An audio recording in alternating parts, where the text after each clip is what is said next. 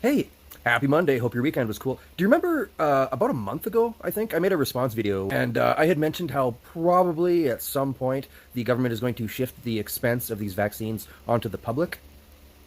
Well, check this shit out. Americans may soon have to pay for COVID vaccines themselves rather than getting them for free. Health industry leaders fear the commercialization may lead to the U.S. falling behind other countries in getting quick access to boosters and new variant-specific vaccines. The U.S. government is planning to stop paying for COVID-19 vaccines and treatments and shift the bill onto the healthcare industry and eventually the consumer, possibly making it one of the first countries to end the practice of giving out coronavirus vaccines for free.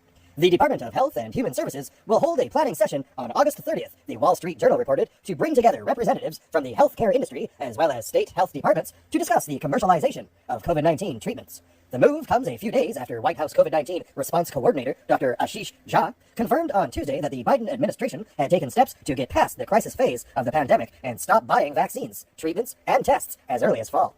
One of the things we've spent a lot of time thinking about in the last many months is getting us out of that acute emergency phase where the U.S. government is buying the vaccines, buying the treatments, buying the diagnostic tests, Jha said at an event sponsored by the U.S. Chamber of Commerce Foundation.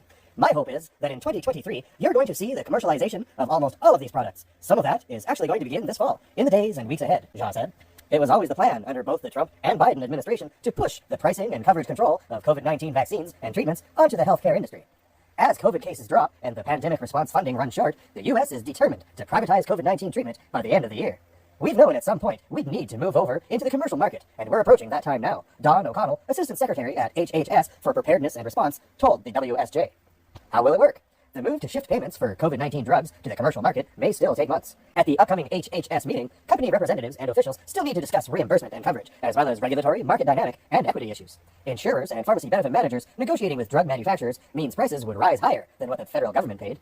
With each insurer paying for the vaccine, premiums are also likely to rise for the consumer. Larry Levitt, Executive Vice President for Health Policy at the Kaiser Family Foundation, told the WSJ. Without the government purchasing vaccine doses in advance, the U.S. may fall behind other countries in getting quick access to boosters and new variant-specific vaccines, Levitt said. A key point of the meeting will be discussing how the 30 million uninsured Americans will access COVID-19 resources. Right now, everybody can walk into the CVS and get a vaccine. I want to make sure when we make this transition, we don't end up in a point where nobody can get a vaccine because we didn't get the transition right, Jha said at the event on Tuesday.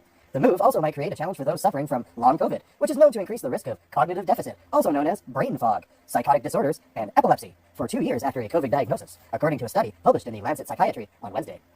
That's kind of an interesting development, isn't it? Here's a little snippet of that response video. Yeah, it seems like you're going to get home kits soon because, I mean, there's no way they'll be able to handle the volume of people that would be coming to injection sites or hospitals or anything like that. You know, they'd eventually have these in pharmacies. And I mean, I think I've mentioned before that they're probably not going to stay free. There's probably some point where the government, because it's the government, is going to go, I don't think that we should be covering the cost of this anymore. I think that we're spending monies there that we could better spend elsewhere, more constructively for Canada and Canadians. I mean, you can see it already, right? So eventually it'll be your fucking problem. Your expense. I kind of wish it actually felt good to say it, but told you so. Either way, if it's happening down there, coming soon. And if you think about it, it really shouldn't surprise you. It is classic cliche drug dealer tactics. You know, the first few are free, then you gotta pay.